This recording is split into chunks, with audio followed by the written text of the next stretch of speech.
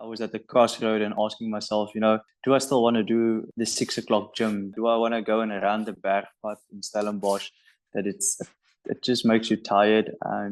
But what really changed it for me is when I sat down and I've changed my view.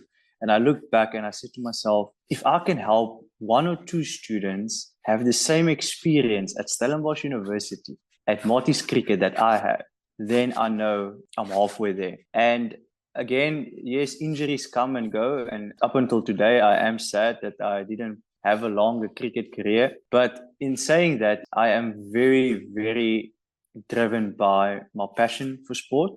And the fact that I still believe that sport is really a tool that we can use to enhance people's life. And like I said to you earlier again, is if it is through using sport to get a degree,